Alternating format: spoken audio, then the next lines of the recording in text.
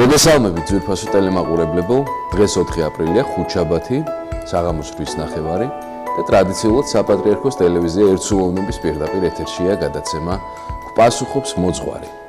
თქვენ შეგიძლიათ დაგვირეკოთ ნომერზე 2301515 და აგრეთვე საპატრიარქოს ტელევიზია ერთსულოვნების ოფიციალურ Facebook გვერდზე live რეჟიმში მოგწეროთ თქვენთვის სასურველი და საინტერესო კითხვები.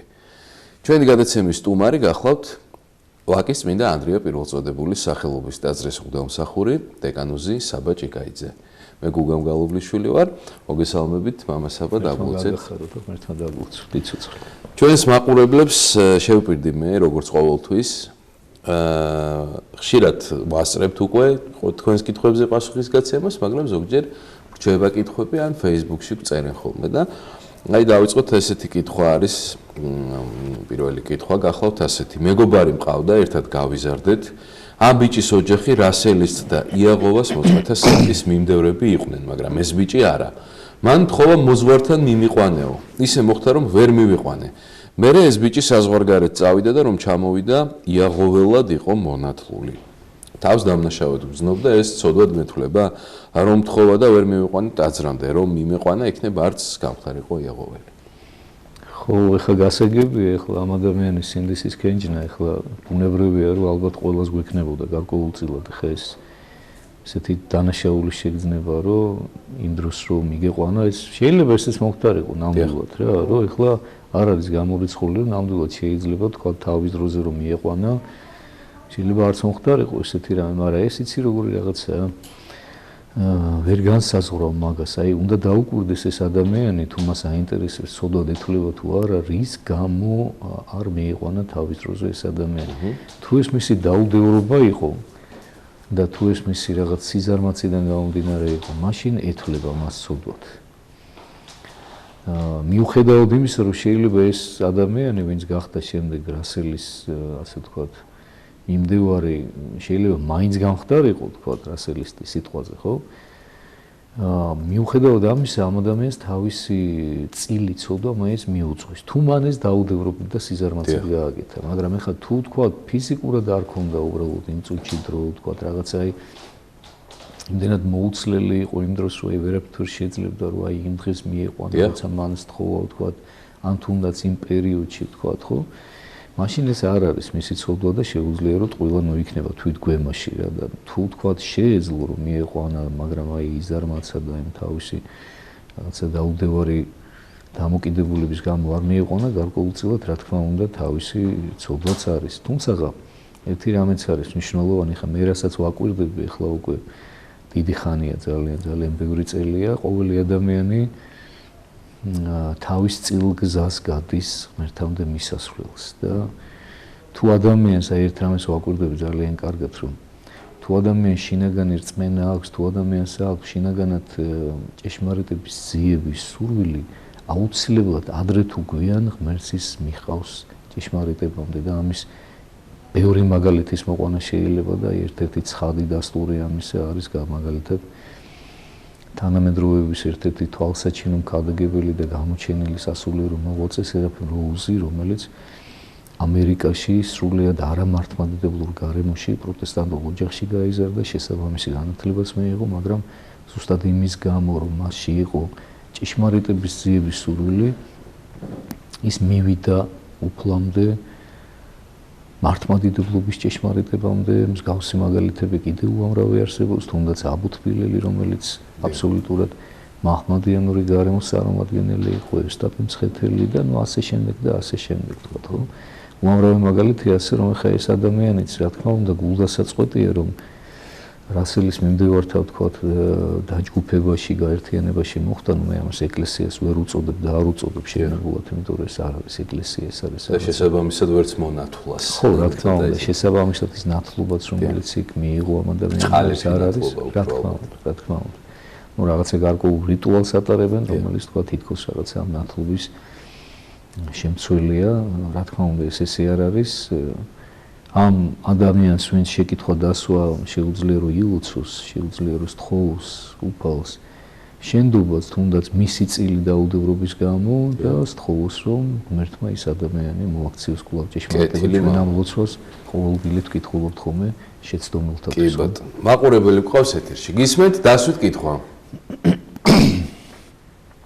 შვიდობა მოგესალმებით გაიხარეთ კენიც მამა უნდა რაღაც თითქოს უბრალო შეკითხვა მაგრამ მე ალბათ ბევრს აინტერესებს ჩემსავით აი როდესაც აღდგომისთვის ან ისე არის ხოლმე გაზეთები გამოდის აი კვირის პალიტრა მიცის ხატები არის ხოლმე უბრალო ქაღალდის ხატები ძალიან ბევრია მაქვს მე პირადად ესე დაგროვილი აი რა შეიძლება ამ ხატებს მოუხერხოთ ყველა სხვადასხვა ხატების კუთხეში ჩამოუფენთ და ჩამოვკიდებთ ასე ვთქვათ და ძალიან ვარ ამაზე შეწუხებული აღარ ვიყიდო ეს პალიტრა და ეს რაღაც უბრალო გაზეთებიდან ამოჭრილი ეგეც მაგაზეც გული არ მithმენს რომ მინდა რომ ამოჭრა და მქონდეს და ძალიან ბევრია და რა შეიძლება ამას მოუხერხოთ როგორ და ერთი შეკითხვა კიდევ მამაო დილით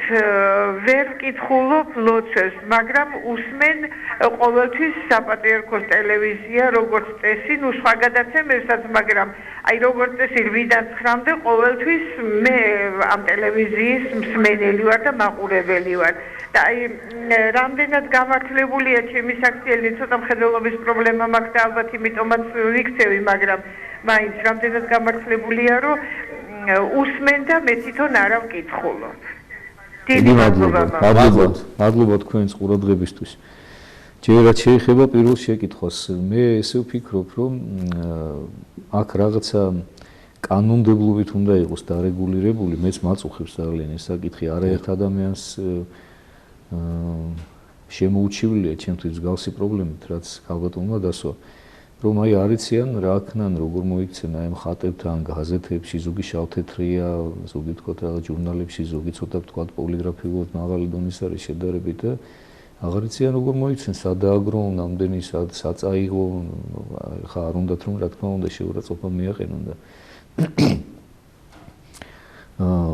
რა თქმა უნდა კარგი იქნება და სასურველია თუ თქვა რაღაცა დარეგულირდება ეს რაღაცა გარკვეული კანონით, რომ აიკრძალოს ესე საერო ლიტერატურაში და ვთქვათ აი ამ გაზეთებში და ჟურნალებში ვთქვათ ხატების ბეჭდვა. მე მაგალითად ძალიან მომხრე ვიქნებოდი, იმიტომ რომ არაფრით არ შეიძლება ხა ეს ქალბატონის წუხს ვთქვათ ამ ყველაფრის შესახებ, იმიტომ რომ თვითონ კეთილმორწმუნე ადამიანია და ვთქვათ კრძალულებით ეკიდება ამ სიწმინდეებს, მაგრამ სამწუხაროდ მე ძალიან ბევრი ვიცი ისეთი ადამიანი, რომლისთვისაც საერთოდ არაფერს არ წარმოადგენს ეს ყველაფერი და შეიძლება ისეთ ადგილასაც აღმოვაჩინოთ შემდეგ ეს გაზეთი იქნება თუ ჟურნალი, რომელზეც თქვა რაღაცა რომელიმე წმინდანის გამოსახულებაა გამოხატული, ანუ ხატი, ხო?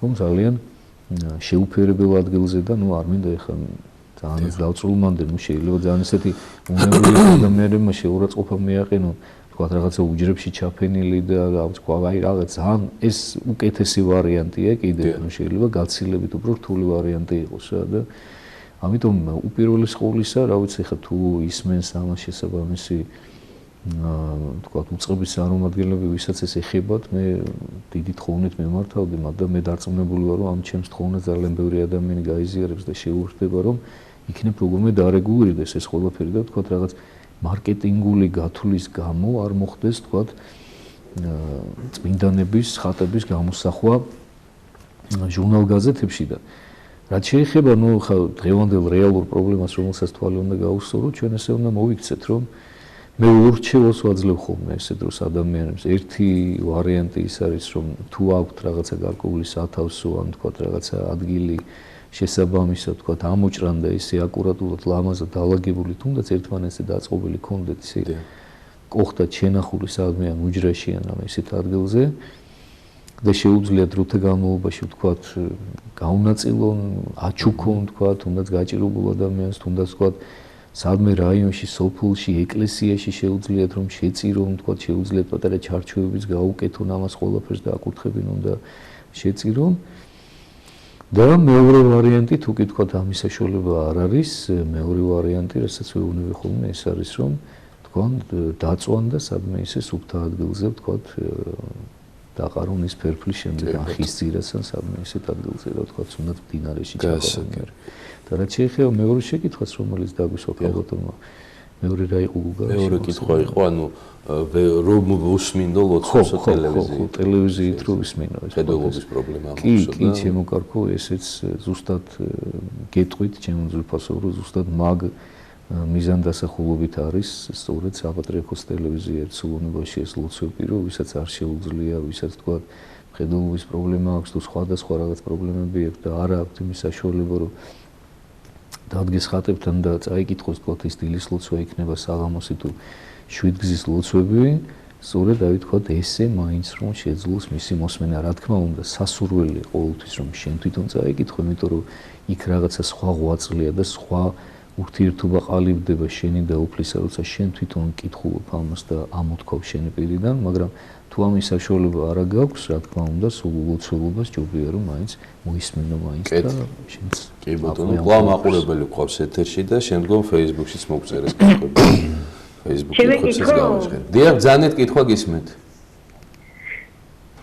საღამომშვიდობისას. მოგესალმებით. საღამომშვიდობისას. მე პატეცემულო მე მომიკვდა ძმისშვილი 3 წელია.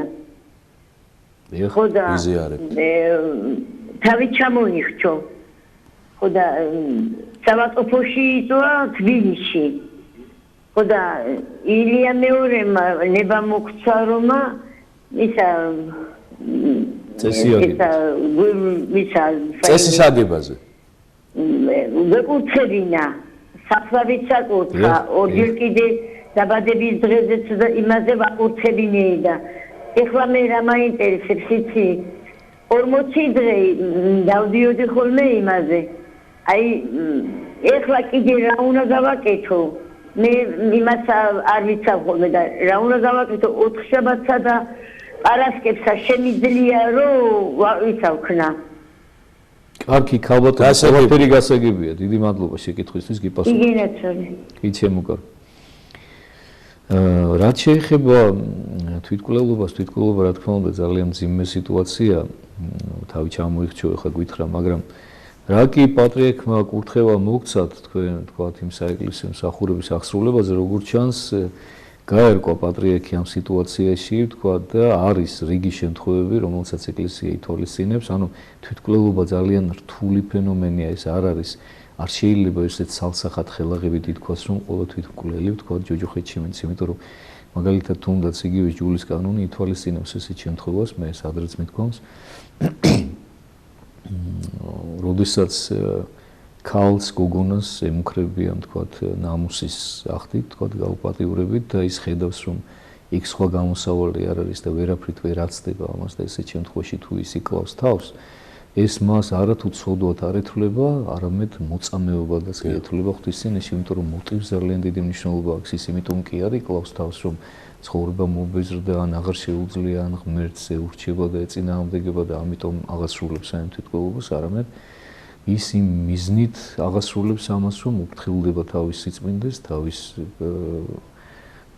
პატიოსნებას უფლის წინაშე და ამიტომ მას ეს ყველაფერი შეეწირება ღვთის წინაშე, როგორც მოწამეობრივი ღვაწლი და მსგავსი ბევრი შემთხვევა შეიძლება იყოს კიდე განხილული, არის შემთხვევები, როდესაც ადამიანს გაუწონასწორებელი ფსიქიკა აქვს, როდესაც უკვე რაღაცა პრობლემები აქვს, თქვათ, რაღაცა აი ამ გაუწონასწორებლობიდან გამომდინარე მას მისი ნება აღარ ემორჩილება ბოლომდე, არა და ნება არის სწორედ ის იარაღი, ინსტრუმენტი ერთადერთი, რითიც ჩვენ შევეწინააღმდეგებით ბოროტის ზრახვებს, ხო და ეხლა როდესაც ამის რესურსი აღარ აქვს უკვე ადამიანს ესეთ შემთხვევაში და როდესაც ამ დროს ან თავს გადმოიგდებს სადღაც ან თქვა თავს ჩამოიხჩობს ან ამ მსგავსი ხო, რა თქმა უნდა მას ეს ისეთ ცოდვად არ განეკუთვნება, არ შეერაცხება და ესეთ შემთხვევაში ძირითადად როგორც წესი ამ ხელმწიფებას იღებს ხოლმე ყოველთვის მაღალი იერარქია, თქვათ, ეპისკოპოსი, რომელიც, თქვათ, შესწავლის შედეგად სიტუაციის, თქვათ, იძლევა ნებართვას მსახურებაზე.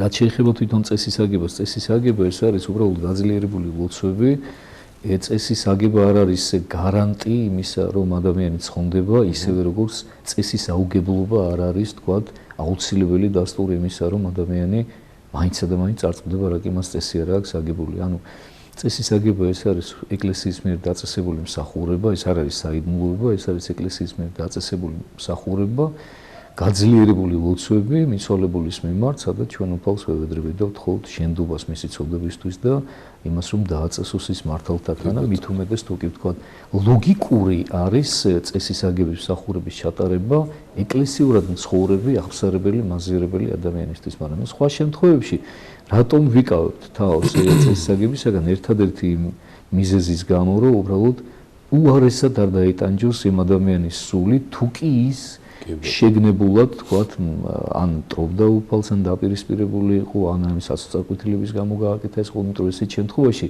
მისი სული ამ გულწრფელი ლოცვიდან გამომდინარე უფრო მეტად დაიტანჯება მისი სული უფრო მეტად დაიწვევა და ამ ხელს და დადაგავს სინდისი ამ შემთხვევაში ქალბატონო თქვენ შემთხვევაში რა კი პატრიარქმა განჭვრიტა ესე რომ შეიძლებოდა მისთვის მსახურება ყველანაირი მსახურების ჩატარება შეგიძლიათ რომ მოიხსენიოთ თქვენს პირად ლოცვებში, რასაც აქამდე აკეთებდით, კითხულობდით ფსალმოს 40 დღემდე, აუცილებლად იარეთ თქვენ თვითონ ეკლესიაში წირვა ლოცვებზე და აესწარეთ და მოიხსენიეთ წირვა ლოცვებზე ეს თქვენი მიცვალებული.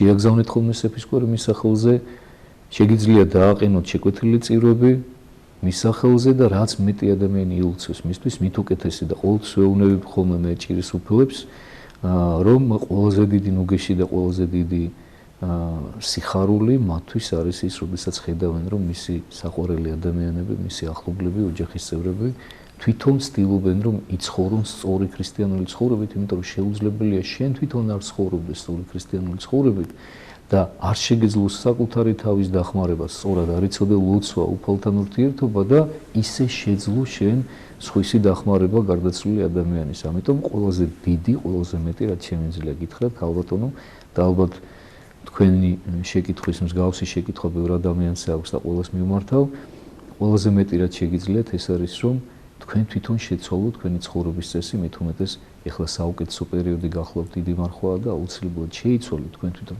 თქვენი ცხოვრების წესი, იცხოვრეთ სწორად, ინანეთ თქვენი ცოდების, თხოვეთ უფალს შენდობა, გახდით აღსარებელი, ვაზიარებელი, იყოლიეთ თქვენი სულიერი დამრიგებელი მოძღვარი, იარეთ წირვა ლოცვებზე და მხოლოდ და მხოლოდ ესეთ შემთხვევაში შეძლებთ რომ სწორად დაეხმაროთ თქვენს მიცვალებულებს. ყველა მაყურებელი გვყავს ეთერში, გისმენთ დასვით კითხვა ეთერში ხარ.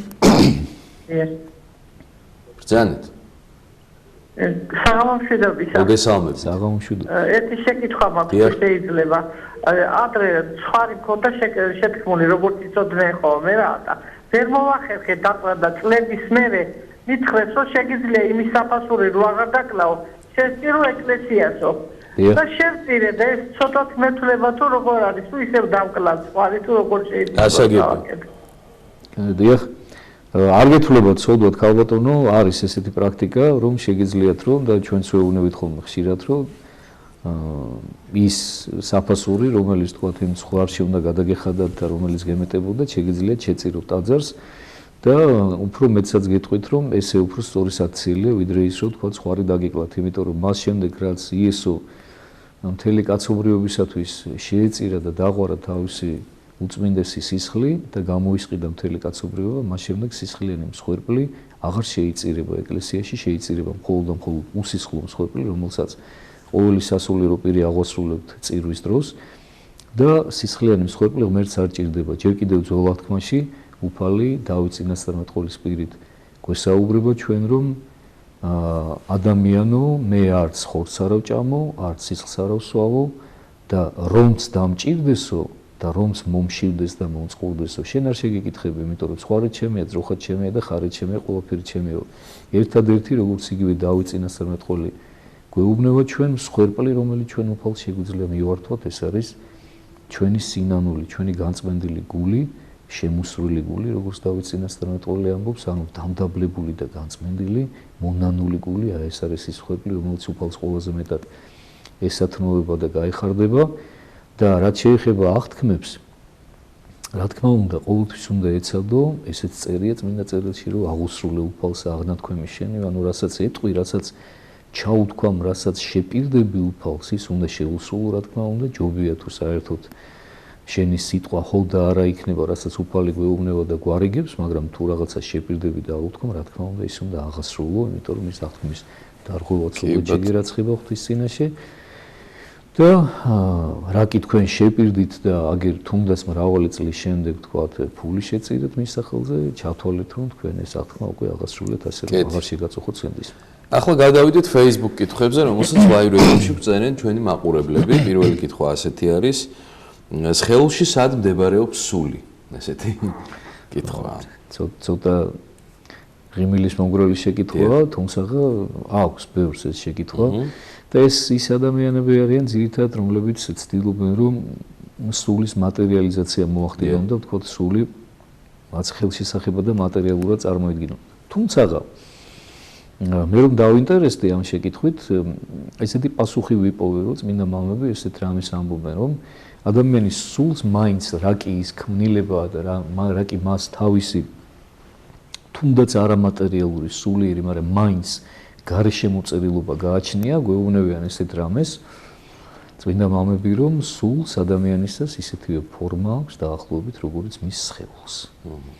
ამიტომ გამფენილი არის ის მთლიანად მთელ სხეულში და არ არის თქვა რომელიმე კონკრეტულ ადგილზე ლოკალიზებული, ან სისხლში, ან თქვა გულში, ან თქვა რა, მაგრამ ყველაზე მეტად მაინც რაღაცა უფრო სისხლთან ასოცირდება ხოლმე, ზოგადად მაშინ ესე იყო ხო, რაღაცა სისხლთან ასოცირდებოდა ხოლმე სული. შემდეგი კითხვა არის ესეთი: გამიგია რომ იესო ქრისტე თავისი სიცოცხლის განმავლობაში ყოფილა ინდოეთში. რამდენად შეესაბამება ეს სიმართლეს? კი, და კონკრეტულად ამბობენ ხოლმე ტიბეტში. რა თქმა უნდა, ეს ყველაფერი ტყუილია.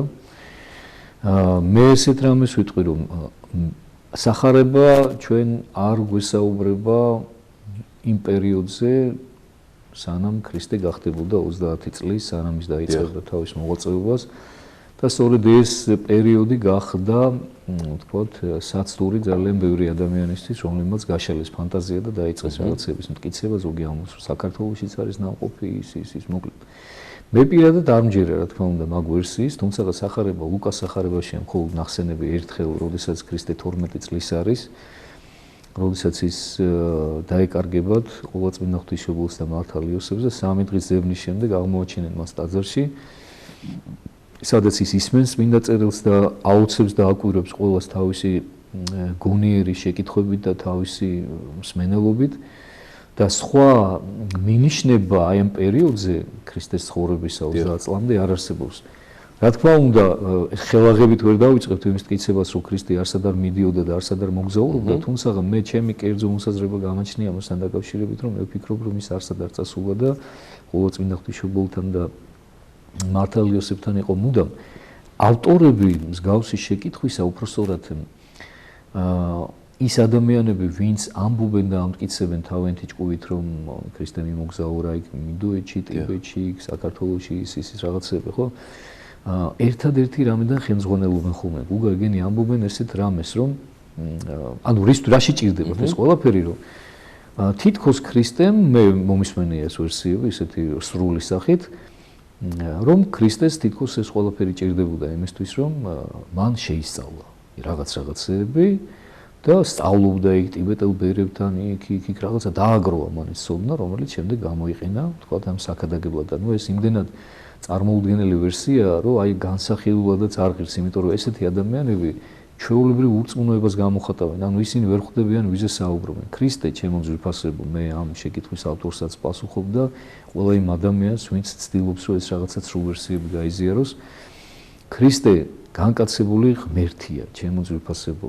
იესო ქრისტეს იპოსტასში ღმერთი და კაცი არის შეერთებული და თქვენ როგორ ფიქრობთ, ღმერთზე უფრო მეტი მასწავლებელი ჭირდებოდა კაც იესოს, ანუ მის კაცობრიულ ბუნებას განა ვინ სჭირდებოდა უკეთესი მასწავლებელი ვიდრე თავად უფალი და შემოქმედია, რომელიც მასშივე ამ პიროვნებაში იყო შეერთებული სრული ღმერთი და სრული კაცი. ამიტომ აბსოლუტურად სასაცილოა და გაუგონარია ის ვერსია, რომ სადღაც იყო წასული რაღაცა სწავლობდა, არაფრის სწავლა იესოს არ გაჭირებია, ის ღმერთი გახლდათ და თავისი ღვთაებრივი სიბრძნით იქით ასწავლის ყველაფერს და ამიტომ რა თქმა უნდა მე მაგ ვერსიას ავღებ. გასაგები. შემდეგი კითხვა არის ესეთი: როცა ლიტურგიაზე არ იგალობება ღირს არსი, ჩვენც არ შეგვიძლია რომ ვილოცოთ დილის ლოცვებში ეს საგალობელი? შეგიძლია ლოცოთ, ჩემო ძვირფასო, ლოცვა არასოდეს არ იკრძალება, უბრალოდ ლიტურგიას თავისი კონკრეტული დანიშნულება აქვს და ამიტომ თუ ვთქვათ მოიძიებთ იმ ლოცვას, რომელიც კონკრეტულად ღირსარსის მაგივრად იგალობება, ხო კარგი. კი ბატონო, თუ ვთქვათ ვერ მოიძიებთ და ვთქვათ ეს ლოცვა ვერ თქვით, რომელიც მისი შემცვლელია, მაგალითად ბასილი დიდის ლიტურგია როცა ტარდება, ღირსარსის მაგივრად იგალობება ხოლმე შენ და მიიხაროს მადლებლო. თუ ვთქვათ მოიძიეთ ეს ლოცვა, ხო კარგი, თუ არა და მის მაგივრად ღირსარსის თუ ვთქვათ, ამით არაფერი არ შევდება. კი ბატონო. მაინტერესებს ხსნილია თუ არა ხარების წინა დღე შაბათი თევზით. იქიდან გამომდინარე, რომ ეკლესიურად მწუხრის შემდეგ იწყება მეორე დღე. სავარაუდოდ ალბათ ესეც არის, მაგრამ ამას სამწუხაროდ ბოროტად იყენებენ ხოლმე შემდეგ ზოგიერთები, ახლა მე ბევრისაგან მომისმენია ხოლმე აღსარებაშიც, რომ მეუბნებიან, რომ აი 4 შაბათი, 3 შაბათი, ხო 4 შაბათი საღამო რო იყო, მამო უკვე გავიხსნილი, მაგრამ ნუ ესეთი ადამიანები ცოტა ორმაგი სტანდარტებით მოქმედებენ. მაშინ მარხვაც 5 შაბათს საღამოდან და მაშინ 3 შაბათს საღამოს და 5 შაბათს საღამოს უკვე მარხვა უნდა დაიწყოს. აი თუ კი ესე იცი, მაშინ კი ბატონო გამართლებულია შენი საქციელი და ამ შემთხვევაშიც ეხლა რა კი ეკლესია ოფიციალურად არ ახსნილებს და რა კი ვთქვა პატრიარქს არ აქვს ნათქვამი ეს ხო? ამიტომ ჯობია რა თქმა უნდა მაინც თავში ვიკავო და ვთქვა იმ დღეს მივიღოთ ის თევზი არაფერი დაგვაკეთება.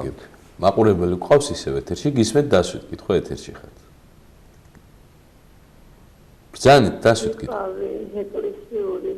ცოტა ხმამაღლა ქალბატონო არ გვესმის.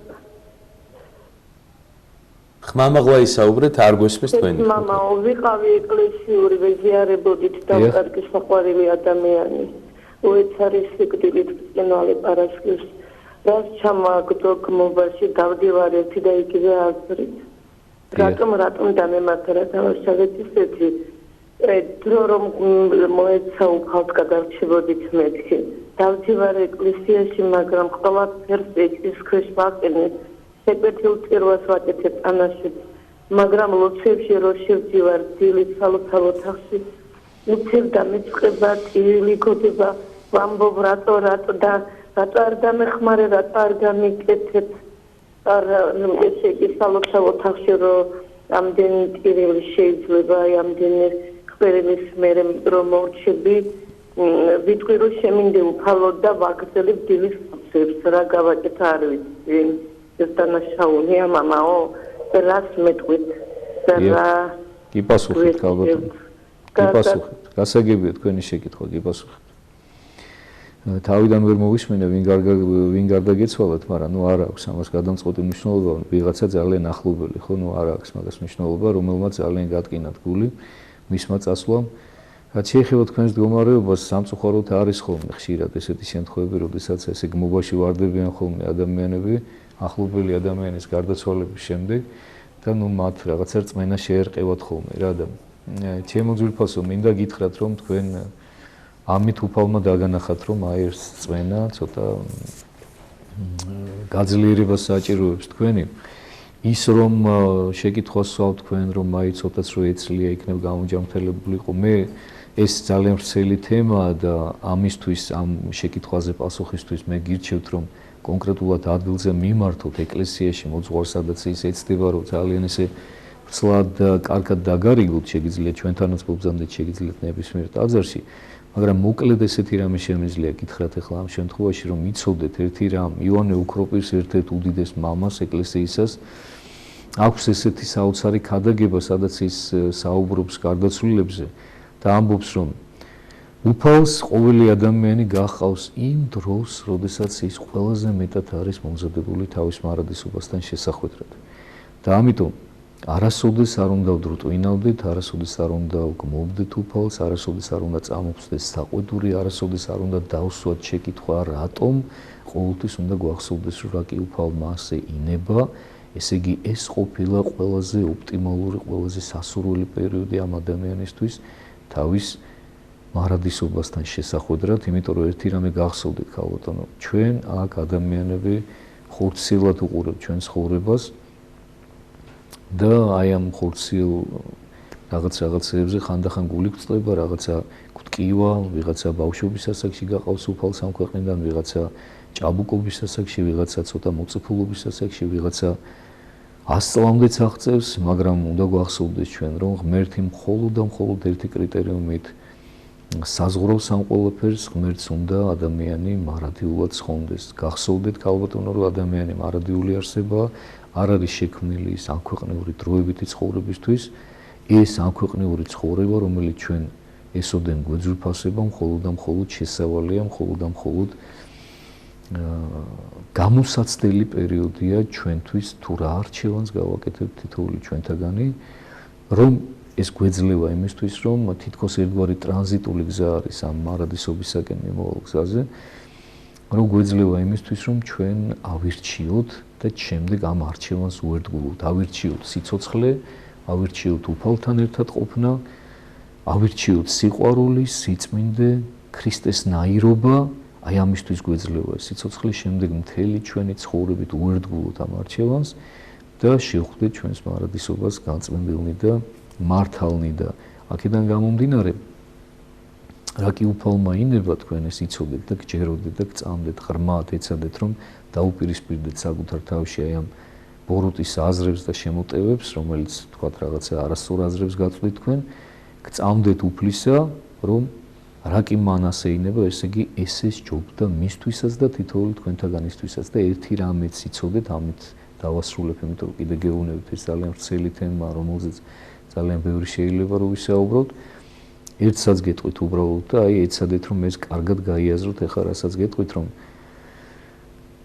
თქვენი სიყვარული იმ ადამიანის მიმართ რომ გაამრავლოთ მილიონზე დაახლოებით ძალიან უხეშად გიყურებთ რა თქმა უნდა ახლა მე ამას აი ის რიცხვიც კი რასაც მიიღებთ ახლოსაც კი ვერ მოვა იმ სიყვარულთან რა სიყვარულითაც უფალს უყვარს ის თქვენი ახლობელი, რომელიც თქვენ დაკარგეთ. აქედან გამომდინარე, წარმოუდგენელია და შეუძლებელია ეჭიდაო შენ იმას და ბრალი დაასდო იმაში, რატომ წაიყვანა თავისთან, მას, ვისაც განუზომლად უფრო მეტად უყვარს ის თქვენი ახლობელი. არა აქვს მნიშვნელობა შვილია, მეუღლეა, დედმამის შვილია, მშობელია, არავითარი მნიშვნელობა არ აქვს. ჩვენ რო გვიყვარს ჩვენი შვილები, ჩვენი მეუღლეები და ჩვენი უძვირფასესი ადამიანები განუზომლად უფრო მეტად უყვარს ისინი კიდე უფალს და აქედან გამომდინარე ჩვენ არა გვაქვს უფლება რომ არ ვენდოთ აი ამ უკიდეგანო სიყვარულს ღვთისას და არ გვჯეროდეს და რაღაცა გმობაში ჩავარდეთ. რწმენაში გაძლიერდით ქალბატონო და ყველაფერს ეშველებ. კეთილი. მამასაბა ახლა გადავიდეთ ვიდეო კითხვებზე, რომლებიც ჩვენმა კორესპონდენტმა გამოკითხა ჩვენს თანამოქალაქეებს. ნახოთ სიუჟეტი.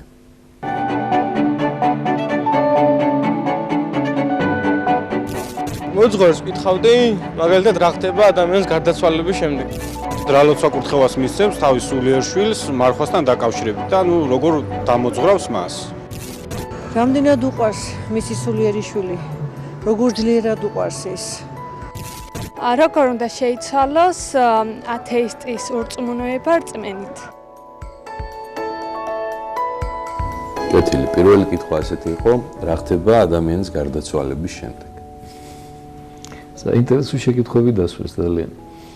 რა ხდება ადამიანის გარდაცვალების შემდეგ და ადამიანი იმ მარაგით, რომელიც ამ ქვეყანაზე დააგროვა, ეს პირდაპირ ლოგიკურად ებნის, ასე ვთქვათ, წინასვენელის შეკითხვას ეს შეკითხვა.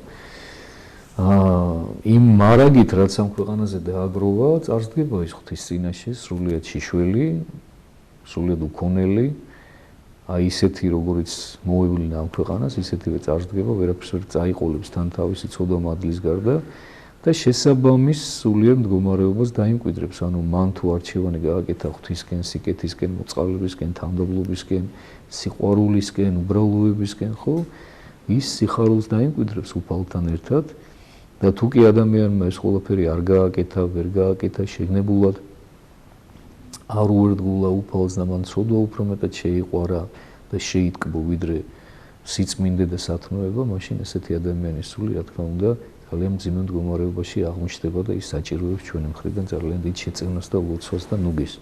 ზოგადად, რაც შეეხება სასუფეველს და ჯოჯოხეთს, მე არ მიმაჩნია, რომ ეს რაღაცა გეოგრაფიული ადგილებია, მე ვთვლი, რომ ეს ადამიანის შინაგანი სულიერი მდგომარეობა სასუფეველისეული მდგომარეობა, რომელიც არის შერიგებული უფალთან, ადამიანის სული და მისი სინდისი და ჯოჯოხეთისეული მდგომარეობა, როდესაც დაპირისპირებულია, ანუ მას თავის თავში მიღებული აქვს ისეთი უცხო სხეული, როგორც არის სოდვა, რომელიც უპირისპირდება უფალს და მისთვის. ანუ აი ესეთი შედარება მომყავს ხოლმე იოლად რომ გაიგონ ადამიანებმა უფრო და ადვილი აღსაქმელი რომ იყოს ადამის და ევას მდგომარეობა მომყავს ყოველთვის, რომლებიც საოცრად ბედნიერად გრძნობდნენ თავს უფალთან ერთად, მანამ სანამ მათი ბუნება ცოდვით დაზიანდებოდა, უსაზღვრო ნეტარებას და უსაზღვრო სიხარულს განიცდიდნენ.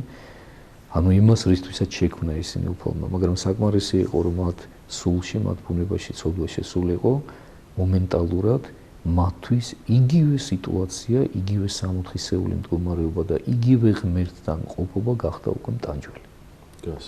აქედან გამომდინარე კიდევ ერთხელ ვამბობ, როგორც კი მათ სინდის მომხელა დაუწყო და უკვე დაუპირისპირდნენ ისინი შინაგანად უფალს თავისი არასწორი არჩევანით, მომენტალურად მათი ყოფნა უფალთან გადაიქცა ჯოჯოხეთად. ისაა კასური ერთ-ერთი დიდი მამა, ძალიან მნიშვნელოვანი მამა ჩემთვის პირადად ძალიან საყვარელი, ესეც საოცარ სიტყვებს ამბობს, რომ ჯოჯოხეთში ცოდულთა სულები ღმერთის სიყვარულის ცეცხლით იტანჯებიან. ნახეთ როგორი საოცარი ნათქვამია, ანუ იგივე სიყვარული, რომელიც თქვათ მართალის სულისათვის არის უსაზღვრო სიხარულის და ნეტარების მომნიჭებელი, იგივე სიყვარული ღმერთი თავის ბუნებას არ იცვლის ცოდულთან.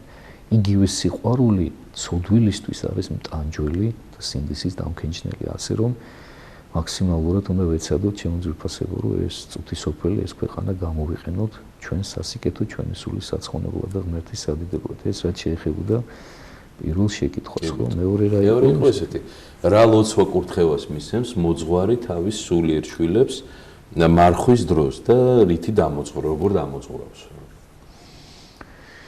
მარხვა გახლავთ ჩემო ძვირფასებო ყველაზე ნაყოფიერი პერიოდი სულიერი წარმატებების მისაღწევად, ამიტომ მარხვა აუცილებლად უნდა გამოვიყენოთ ძალიან სწორად და რას ნიშნავს სწორად გამოყენება, რომ მაქსიმალურად უნდა მოვიმართოთ სულიერი წარმატების მისაღწევად. მე ესეთ კურთხევას ვაძლევ ხოლმე ჩემს მრევლს, ზოგადად ჩვენს ტაძარში ესეთი ტრადიცია გვაქვს, რომ ყოველთვის ყოველი მარხვის დაწყების წინ და განსაკუთრებით დიდი მარხვისა, რომელშიც ახლა ვიმყოფებით, ყოველთვის ვეუბნები ხოლმე ესეთ რჩევას და ესეთ ლოცვა კურთხევას ვაძლევ ხოლმე მრევლის წევრებს, რომ თუ უნდათ რომ მარხვა იყოს მათთვის შედეგიანი და ნაყოფიერი, აუცილებლად ამოირჩიონ თავიანთი ნაკლოვანებებიდან რომელიმე ერთი და ამოიღონ მიზანში, ესე ვამბობ ხოლმე მე, და სთხოვონ უფალს მადლი და შეწევნა იმისთვის, რომ კონკრეტულად ის ერთი ცოდვა დაამარცხონ. და ეს არ ნიშნავს, რა თქმა უნდა, იმას, რომ რა კი ის ერთი ცოდვა გაქვს მიზანში ამოღებული, რომ დანარჩენი ცოდები უნდა მიუშვა და ვთქვათ, რაღაცა თავისუფლება უნდა მისცე, რომ სხვა ცოდებს ჩავარდე, რა თქმა უნდა, არა. მაგრამ ის ერთი კონკრეტულად უნდა დაისახო მიზნად, რომ იმას მოერიო. ესეთ შემთხვევაში აუცილებლად შედეგიანი იქნება შენ მარხვა. თუ შენ ბოლომდე ვერ შეძლი და ვერ დაძლია ის ცოდვა, ვთქვათ, იმ მარხვის განმავლობაში, ყოველ შემთხვევაში რაღაც გარკვეულ წარმატებას მაინც მიაღწევ მასთან ბრძოლაში, რაღაცა გამოცდილებას დააგროვებ და შემდეგ მარხვებში მაინც აუცილებლად შეძლებ თუნდაც ხსნილში განაგრძობ შენ მასთან ბრძოლას და მოერევის შემდეგი მარხვა როცა მოვაწევს, ხო? მაშინ კიდევ ახალ მანკიერებას, ახალ ცოდვას, ახალ რაღაც მავნე ჩვევას ამოიღებ მიზანში და იმას შეებრძოლები და აი ესე ნელ-ნელა წინ წახვალ სულიერად და ჩამოიშორებ ბუნებებს, ცოდვებს და მათ ადგილს დაიკავებს სათნოებები და სიწმინდე. აი ესეთ შემთხვევაში იქნება შედეგიანი თქვენი მარხვა შემოძვრით. და როგორც აი ადამი და ევა ახსენეთ, ადამი და ევა მარხვის დარღვევის გამო გამოიდევნა ფაქტიურად ედემიდან და ჩვენ მარხვის დაცვით დაგვეხმარება ალბათ მარხვის დაცვა სასופველოში. უბრალოდ ძალიან ბევრს არ ესმის სწორად მარხვის არსი. რა თქმა უნდა. მარხვაში საჭმელი არის დაახლოებით მეხუთე მეექვსე ხარისხოვანი, ხო, ბოლო ადგილზეა ნამდვილად. თუმცა ესეც მნიშვნელოვანია ზოგს გონია, რომ საჭმლის მარხვა არ არის საჭირო, ესეც აუცილებელია, იმიტომ რომ საჭმლის მარხვა უკავშირდება ორ ისეთ რთულ ვნებას, როგორც არის გემოთმოყვარება და ნაყროვანება და ასე რომ ესე ძალიან მნიშვნელოვანია უბრალოდ თუ შენ კუჭის დამორჩილება ვერ შეძელი, ისე ვერაფრით ვერ შეძლებ და ემოციურად. და სოდოები ალბათ ჯაჭვებით არის მიბმული შემდგომ სხვა სოდოებზე. რა თქმა უნდა. მამა იოანე სინგლს აქვს კარგად განმარტებული ამის შესახებ. კეთილი მამო, მესამე კითხვა იყო ასეთი, რამდენად უყვარს მისი სულიერი შვილებიო? ალბათ მოძღვარი გულისხმობს. ხო, ეხლა ეს ცოტა გაუგებარი შეკითხვა იყო, მაგრამ ალბათ ზოგადად რას ეხლა შეიძლება არ ვიცი, ეხლა შეიძლება ამ გოგონას თვითონ რაღაცა თავისი კონკრეტული ტკივილი ამოძრავებდა, როცა ეს შეკითხვა დასვოდა, შეიძლება რაღაცა თავისი იმედგაცრუებაც განცდილი რომელიმე სასულიერო პირთან და თქვა ამ რაღაცა უსიყვარულობა შეეჩეხა, მე უფრო ესეთი რაღაცა ვიგრძელი შეკითხვაში. ზოგადად, რა თქმა უნდა, მოძღვარს უნდა უყვარდეს ძალიან თავის სულიერი შვილები და უფრო მეტსაც ვიტყვი, არა თუ უნდა უყვარდეს, არამედ თავგანწირული უნდა იყოს მათთვის, უფალი ბრძანებს, წყემსმან, კეთილმან სული თვისი დასდვის ხოვართათვისო. და შემდეგ განასხვავებს წყემს, კეთილს სასყიდლით დადგინებული წყემსისგან, რომელიც გლის დანახვაზე გარბის და ცხოვრებს, უტოვებს მგელს. იმიტომ რომ მასო მხოლოდ სასყიდელი აინტერესებსო და არა ის ჭირ მას ხოვართათვისო ესეთ რამეს ამბობს უფალი, ანუ მას ის ცხოვრები არ ადარდებსო, მას მხოლოდ სასყიდელი აინტერესებს, რომელიც უნდა აიღოს აი ამ თავის მწყემსობაში და წყემსი კეთილიო კიდევ არ დაუტოვებსო და არ დაანებებსო მგელსო და რა თქმა უნდა ამ მგელში იგულისხმება ეშმაკი, ბოროტი, რომელიც ცდილობს ყოველი ადამიანის დაღუპვას და წარწმენდას და თავის სულს, ანუ თავის სიცოცხლესაც კი არ დაეშურებს იმ ცხოვრებისთვის, რა თქმა უნდა ამის ყველაზე კაფილ და კლასიკური მაგალითი თავად უფალი იესო ქრისტე გვახლავს, რომელმაც არ დაიშურა თავის თავი და თვითონ შემოგვიწირა მსხვერპლად, ტარიგად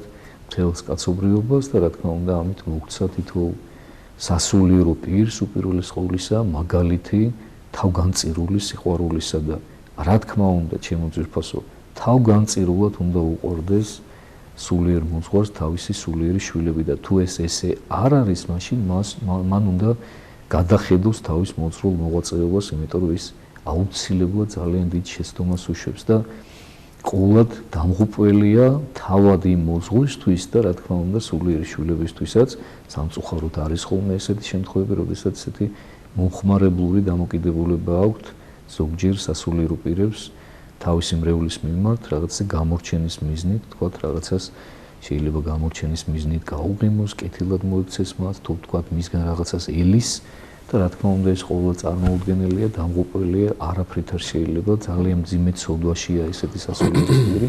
პირიქით სასულიერო პირი იმისაა, რომ თვითონ დაიხარჯოს და დაიწვას ბოლომდე თავისი სულიერი. კი ბატონო, ბოლო კითხვას დავსვაო ჩვენი აი სიუჟეტიდან და შემდგომ უკვე Facebook-ზე გადავთვალე, რომ ძალიან ბევრი კითხვა დაგროვდა და არ მინდა რომ დაგვეჩაგროს ჩვენი მაყურებლები, Facebook მაყურებლები. ბოლო კითხვა იყო ასეთი ქუჩის გამოკითხვიდან, როგორ უნდა შეიცვალოს ათეისტის ორწმუნოება რწმენით? ხო, ეს ძალიან რთული შეკითხვა. რთული რა თვალსაზრისით? თვითონ იმ ათეისტისთვის რთულია, თქმა უნდა, თორე ხლა. როგორ უნდა შეიცვალოს ათეისტის ორწმუნოება რწმენით? მოდი ჯერ საერთოდ ათეიზმზე ვისაუბროთ, რა არის მე ათეისტი ადამიანი არ მწამს. რას გულისხმობ? მე არ მჯერა ათეისტის, არ მჯერა რომ მას ღმერთის არ სწამს. ათეიზმი თვითონ თავის თავში უკვე წინააღმდეგობრივი რამ გახლავთ. თუ კი არ არსებობს, მაშინ რას ებრძვი და რას უპირისპირდები. და თუ კი უპირისპირდები, მაშინ რატომ არ აღიარებ მას? და ათეისტი ადამიანი ესე წერია პირდაპირ აი სხვათა შორის ცოტა ხნის წინ, არც თუ დიდი ხნის წინ დილის ეთერში განთიადში მომიწია სწორედ ამ თემაზე საუბარი თქვენთან რა, რომ ათეიზმი რა არის? წმინდა წემი არც ერთ ათეისტს ამ შემთხვევაში შეურაცხყოფას არ ვაყენებ, მე მინდა რომ მათ სწორად გამიგონ. მე მათ მიმართ როგორც ადამიანების, როგორც ხატის მიმართ დიდი პატივისცემა მაქვს, მაგრამ მე ათეიზმს გავაკრიტიკებ თქვენი ნებართვით ამ შემთხვევაში. და მე მოვიყვან დავიმოწმენ წმინდა წერილის წიგნებს, კონკრეტულად დავით წინასწარმეტყველის ფსალმუნი, სადაც უფალი დავითის პირით გვეუბნება: თქვა უგუნურმა გულსა შინათვისა არა არს ღმერთიო. ანუ წმინდა წერილი ათეისტ ადამიანს უგუნურს ეძახის. და მეც ესე ვიტყოდი რა და დავემოწმებოდი რა თქმა უნდა ჩემი დამოწმება არაფერი არ ჭირდება წმინდა წერილს, მაგრამ მე ჩემი პრაქტიკიდან, ჩემი ცხოვრებიდან დავემოწმებოდი რომ ნამდვილად ესეა რომ ათეიზმი, აი მე მიყვირს მაუცევს იმ ადამიანების დამოკიდებულება და აზროვნება, რომლებიც თვლიან რომ თვითონ არსებობენ და ღმერთი არ არსებობს. აი ეს მე მაგიჟებს მართლა ცოტა ფილოსოფიური რაღაცა ვთქვი ხოლმე, მაგრამ თუ დაუკვირდებიან, მიხვდებიან რას ნიშნავს. აი როგორ შეიძლება რომ შენ არსებობდე და ის ვინც შენ ეს არსება მოგანიჭა, შენი შემოქმედი არ არსებობდეს. ეს ხომ აი წარმოუდგენელია და მე ესეთ რამეს ვიტყვი. ისევ ჩემი პრაქტიკიდან გამომდინარე რომ არიან ადამიანები, რომლებიც მოდიან ჩემთან და მიცხადებენ რომ ისინი ათეისტები არიან და მე თუ შევატყე რომ ისინი საკამათოდ არიან ჩემთან მოსული, მათ არ ვესაუბრები. შეგნებულად მოვიმიზეზებ რაღაცას და არ ველაპარაკები, არ ვესაუბრები, მაგრამ თუ მე შევატყე რომ ადამიანს აინტერესებს, უბრალოდ დაბნეულია, უბრალოდ შეიძლება ვთქვა ვიღაცამ აურია გონება დააბნია რაღაცა ისეთები უთხრა, ფილმებია კიდე რაღაცა გადაღებული მსგავსი ხასიათის, რომლებიც ადამიანებს წვენაში არყევენ და თქვა აჯერებენ რომ ეს ყველაფერი სისულელეა, უაზრობა, ხალხის მოგონილია და ასე შემდეგ. თუ თქვა აი მსგავსი გარემოებების მსხვერპლი ადამიანი და საშუალოდ მოვიდა ჩემთან, თუნდაც შეკითხვის დასასმელად, რომ აი მამო ეს ყველაფერი მე აი ესეთი რაღაცები მოვისმინე და რაღაც იმაზრამდე მივედი რომ ეს ყველაფერი თითქოს სინამდვილეა და ის შენ რას მეტყვი. ანუ როცა მე გვგრძნობ რომ ადამიანს რეალურად აინტერესებს სიმართლე და ჭეშმარიტება, რა თქმა უნდა ესეთ ადამიანთან საუბრობ და არც დრო არ მენანება, არც ენერგია ვესაუბრები და ყველანაირად ვცდილობ აუხსნა რომ ის ყველაფერი რაც მან ნახა, მოისმინა არის სინამდვილეში ტყუილი და რეალობა რომ არის სწორედ უფალი და საღვთო ჭეშმარიტება და კიდევ ერთხელ ვამბობ ამ შეკითხვის ავტორს უპასუხებ რომ თუ კი ესეთი ადამიანი რომელიც თავის თავს ათეისტს უწოდებს შინაგანად მომართულია რომ მან იპოვოს ჭეშმარიტება ესეთი ადამიანი აუცილებლად მივა ღმერთამდე და ღმერთი მიიყვანს მას აუცილებლად მიიყვანს ჭეშმარიტებამდე ადრე თუ გვიან და ადამიანი რომელიც არ არის მომართული შესაბამისად და ჯიუტად ცდილობს გაამართლოს თავისი ათეიზმი და აი მაშინ სწორედ დილის გადაცემა განთიაჩი ვისაუბრე ამასთან დაკავშირებით რომ რისთვის ჭირდებათ ადამიანებს ათეიზმის გამართლება რომ ამით ისინი ამართლებენ თავიანთ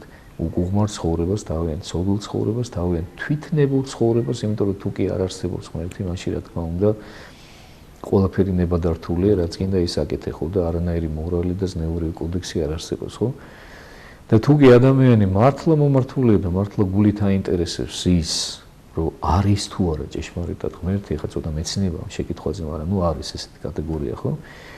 ესეთ ადამიანს რა თქმა უნდა გულით ვესაუბრები და ვცდილობ ყველანაირად ძალიან ბევრი მხრიდან და ძალიან ბევრი კუთხით დავანახო, რომ რა თქმა უნდა არსებობს და რა თქმა უნდა ის რო არსებობს, იმიტომ არსებობს თითოეული ჩვენთან და თითოეული მაყურებელი ყავს კლავ ეთერში, გისმენთ დასვით კითხვა ეთერში ხართ. ალო? დიახ, გისმენთ. დაგლოცოთ ღმერთმა სულ ყველა ვისაც ხედავს ახლა მე ტელევიზორში. გაიხარეთ იცოცხლეთ. ღმერთმა იცოცხლეთ. ისიც რა მაინტერესებს? აი ცხეთაში ხო არის კვარტი უფლის ჩვენის. დიახ. მაინტერესებს დიდი ხანია აი თუ იციან ეს საერთოდ სოფლიო მართლმადიდებელმა საზოგადოება და როგორი შეხედულების არიან აი ამ თემის შესახებ. დიახ. მადლობა შეკითხვისთვის. დიდი მადლობა შეკითხვისთვის. კი ბატონო, გიპასუხებთ რომ არათუ სოფლიო მართლმადიდებლური, არამედ სრულიად საქრისტიანო მიცის ეს ყველაფერი და აღიარებენ რა თქმა უნდა ამას და უფრო მეცაც გეტყვით ძალიან ხშირია შემთხვევები, როცა ჩვენთან ჩამოდიან სტუმრები, უცხოელები, განსაკუთრებით მართლმადიდებლები, ხო, აი ხშირად ქონია ხოლმე ჩვენ შემთხვევა, რომ ერთი და იგივე რამეს აღნიშნავენ ისინი, რომ აი აქო საქართველოში და კონკრეტულად მცხეთაში და სვეტიცხოველში ისეთ საოცარ მადლს უგზნობთ, როგორც მხოლოდ და მხოლოდ იერუსალიმშია უფლის საფლავზე. აი ეს არაერთ ადამიანს აღუნიშნავს. იგივე მძაფრი ემოცია გვეუფლება, უცრემლებად ვიყურებით, რა, სხვაგან არსად არ ქონია მსგავსი რამე.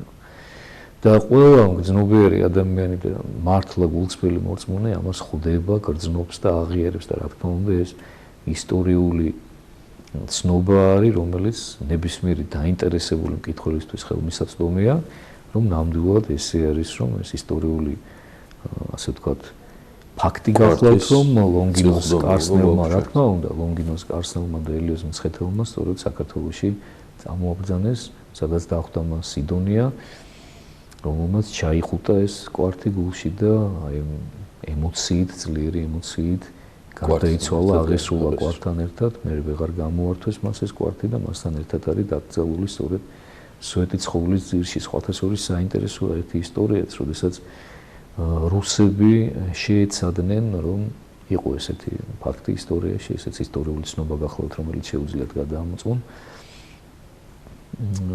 ეცადნენ, რომ ეს კვართი წაეღოთ, გადაეტანათ, მაგრამ რა თქმა უნდა, კახით დამთავრდა ეს მცდელობა. იმდენად უნდათ რუსებს მას შემდეგ განსაკუთრებით, რაც მათ, ასე ვთქვათ, მესიანისტური იდეა იტვირთეს მესამე რომისა, ასე ვთქვათ, ხო, რომ მათ ძალიან უნდათ, რომ ეს კვართი მათი კუთვნილება ყოფილიყო და მათ ესეთი ყალბი დღესასწაულიც კი ჰქონდათ კვართის გადაბრძანებისა მცხეთიდან რუსეთში. დღეს არ ვიცი, ხა კიდევ არსებობს თუ არა ეს დღესასწაული მათში, მაგრამ ნამდვილად ვიცი. ასე რომ ეს ისტორიული სინამდვილეა, ჩემო ძვირფასებო, რაც რა თქმა უნდა ყველა მიცის რომ ნამდვილად ეს. კვლავ მაყურებელი ყავს ეთერში, გისმენთ დასვით კითხვა. ეთერში ხართ, ბრძანეთ კითხვა. ალო. დიახ, გისმენთ. გამლოცეთ, მამაო. ღმერთმა დაგლოცეთ. მამაო, ვარ ქრისტიანი მორწმუნე ადამიანი. მაგრამ თან ასტროლოგიის მჭერა. დიახ. სოდვას ჩავდივარ თუ წინააღმდეგობაში მოვდივარ ჩემთან თუ რა ხდება? კი, პასუხებთ კენეცი. დიდი მადლობა კითხვისთვის. კი ბატონო, ეს შეკითხვა ძალიან გავრცელებულია მორწმუნეებში და მადლობა კითხვის ავტორს. კი პასუხებთ ჩემო ძვირფასო, რაც შეეხება ასტროლოგიას. მე მყავს ასტროლოგიით გატაცებული მეგობრები, რომელთა გამოც მომიწია საკმაოდ კარგად ჩახედვა, ასე ვთქვათ, ამ სფეროში და საკმაოდ მომზადებული ვარ ამ შეკითხვისთვის. ასტროლოგია, როგორც მეცნიერება, საკმაოდ ძველი მეცნიერებაა და ჩვენ ვიცით, რომ პირველი თაყვანისმცემლები უფლისას სწორედ მოგვები იყვნენ, ხო, მესენი ასტროლოგები იყვნენ. ვარსკვლავად მრიცხველები, როგორც ველად ერქვა ამას, ზეცაში ეს მეცნიერება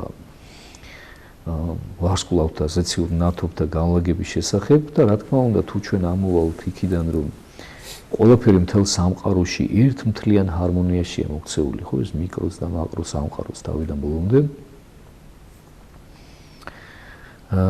აქედან გამომდინარე, რა თქმა უნდა, ადამიანი გახლავთ მაკროს სამყაროს სინამდვილეში, რომელიც მოიცავს მთელს მის დღესდღეობით გარემომცველ სამყაროს. სინამდვილეში ადამიანი მოიცავს ამას ყოველივეს. და შესაბამისად ის პროექცია სამყაროში არსებობს, რაც ადამიანის სულში ხდება და თუნდაც მის ფიზიოლოგიაში. აქედან გამომდინარე, აი ვარსკვლავთ მრიცხველებს შესწავლილი აქვთ ეს ყველაფერი საკმაოდ კარგად, ის ვარსკვლავების განლაგება, დაჯგუფებული ყავთ ეს ვარსკვლავები თანავარსკვლავედებად და აკვირდებიან ზეციურ ნათობთა გადაადგილებას, მათ ურთიერთმიმართებას და შემდეგ ადამიანთა გარკვეულ ჯგუფებზეც, რა თქმა უნდა, ჩატარებული აქვთ ეს დაკვირვება, რომ 12 ზოდიაქოს ნიშნის ქვეშ დაბადებულ ადამიანებს რა საერთო ნიშან-თვისებები ახასიათებთ და რა განმასხვავებელი. ეს ჩვეულებრივი დაკვირვების შედეგია, ხო? რომელიც რა თქმა უნდა ჩვენც უნდა გავითვალისწინოთ. მე ესეთ რამეს ვამბობ ხოლმე, ეხლა რა თქმა უნდა ეს ფორმატი ჩვენი გადაცემისა არ მოგცემ ჩვენ საშუალებას, რომ ეხლა ვცლად და ღრმად შევეხოთ ამ თემას, თუმცა აი რამდენადაც შეგვიძლია ესე მოკლედ ვიტყვი რა, რომ მე ესე ვამბობ ხოლმე, რომ ასტროლოგიამ რომ იცოდეს თავისი საზღვრები, მაშინ ის საკმაოდ სასარგებლო იქნებოდა ადამიანისთვის და სად გადის ასტროლოგიის საზღვარი? ასტროლოგიის კომპეტენცია მთავრდება იქ, სადაც იწყება სულის სფერო, სულისმიერი სფერო. სამშვენველისეულ დონეზე ასტროლოგია საკმაოდ კომპეტენტურია. ანუ ფიზიოლოგიის და თუნდაც სამშვენელისეულ ინტელექტუალურ დონეზეც კი ასტროლოგიას დიდი სამსახური შეუძლია გაუწიოს ადამიანს, რომ თქვა და ის გამოცდილება, რომელიც საუკუნეების განმავლობაში არის დაგროვილი, გაითვალისწინოს ადამიანმა და გამოადგება ვერვარაში. მაგრამ აი როგორც კი ასტროლოგია იჭრება უკვე ნებელობით სფეროში, რომელიც არის სულიერი სფერო და იქ გაძლევს მერე მითითებებს, რა გააკეთო, როგორ გააკეთო, როგორ მოიქცე, ვისთან იმეგობრო, ვისთან არ იმეგობრო, ვინ მოიყვანო ცოლად, ვინ არ მოიყვანო და ასე შემდეგ, აი ეს არის უკვე აშკარა ძალიან დიდი დარღვევა, იმიტომ რომ ასე ხდება ადამიანების დაზომბირება, დაპროგრამება და ეს ადამიანები შემდეგ ხდებიან უკვე დამოკიდებულნი აი ამ ასტროლოგებზე. დღეს უკვე მოდაშია რომ ყავთ თავიანთი პირადი ასტროლოგები, აქვთ თავიანთი პირადი ასტროლოგიური რუქები, რომელსაც მიყვებიან და ესეთი ადამიანები მე მეწოდებიან, იმიტომ რომ არიან დაპროგრამებული ადამიანები, დამოკიდებული, დაზომბირებული, პირდაპირ ესე ვიძახი, მე ხო აი მათ უკვე ნება აქვთ დაქვეითებული, რომ იქცევიან ისე, როგორც ეუბნება მათი ასტროლოგი და ეს არის ძალიან დიდი შეცდომა, დაუშვებელი და წარმოუდგენელი. კი ბატონო, ისე მაყურებელია ეთერში, გისმენთ, დასვით კითხვა. დამლოცეთ მამაო. ერთმა დაგლოცეთ. მამაო, რა არის ხანდახან ცუდი საშიში ფიქრები რომ მოგეძალება? რა უნდა ქნა ამ დროს? მომედი როცა უნდა წაიკითხო. მადლობთ. ფიქრები ადამიანის გონებაში გაუკონტროლებელია, ქალბატონო ჩემო კაკო, ფიქრის კონტროლი რომ ისწავლოს ადამიანმა, ჩათვალეთ რომ უკვე სრულყოფილებისთვის მიუღწევია მას.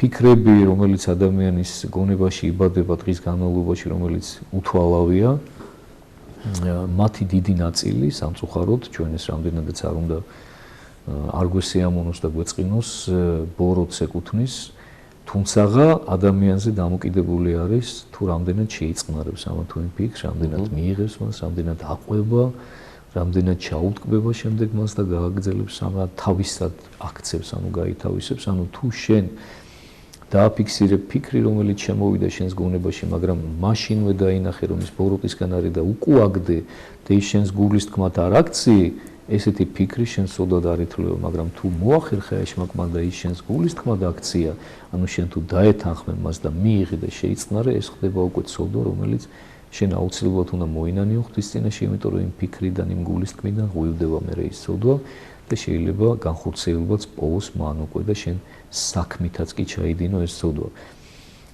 ესეთი სიტყვები წერია ფსალმუში, დავით წინასწარმეტყველი ამბობს მიმართავს ასულს ბაბილონისას, ესეთ რამეს ეუბნება. ასულო ბაბილონისაო, უბადრუკო, ნეტარას რომელმან მოგაგოს მოსაგებელი შენი, რომელიც შენ მოგვაგე ჩვენ, ნეტარას რომელმან შეიპყრნეს ჩვილნიშენი და შეახეთქნეს კლდესაო. აი ესეთი საოცარი სიტყვებია. ჩვენ თუ ეს ყველაფერი პირდაპირ გავიგეთ, რა თქმა უნდა, ძალიან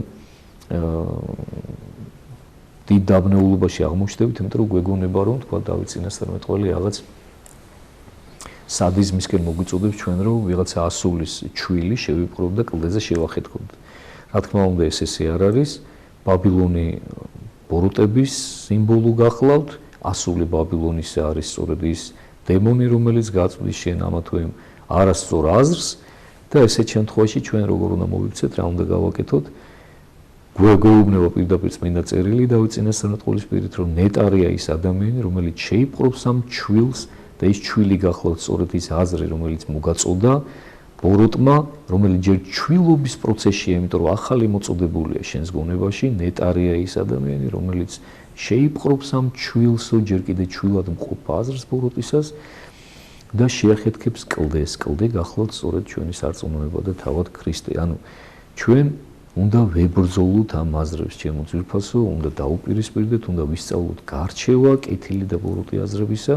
ბოროტი აზრები არ უნდა შევიწყნაროთ, უნდა დაუპირისპირდეთ მათ, უნდა დაუხვედოთ მას ლოცვა, ეს იქნება იესოს ლოცვა თუ ნებისმიერი სხვა ლოცვა, კეთილი ზრახვები უნდა დაუხვედოთ მას და ამით უნდა დაუპირისპირდეთ. ეს უზარმაზარი მეცნიერებაა, ჩემო ძვირფასო, რომელსაც ასკეტიკა ეწოდება, ისიხაზმე ეწოდება და რა თქმა უნდა მთელი ღვაწლი ქრისტიანობისა სწორედ ამაში მდგომარეობს, რომ ადამიანმა ისწავლოს თავის გულის თქმებთან ბრძოლა, აი იმ აზრებთან ბრძოლა, იმ აზრების გაფილტრა, რომელიც მის გონებაში შემოდის და დახარისხება, რომელი არის ბოროტისაგან, რომელი არის კეთილისაგან, ბოროტის უკუგდება და იმ კეთილის შეწყნარება. კეთილი. კვლავ მაყურებელია ეთერში, გისმენთ დასვით კითხვა. ბრძანეთ. არა, მე დავაპარაკებ მაინც. ეთერში ხარ, დასვით კითხვა. ტელევიზორს დაუწიეთ და დაგვისვით კითხვა. ძალიან მაინტერესებს ის ფაქტია, მათოქეს ეს კითხვა და მინდა დარეკვა.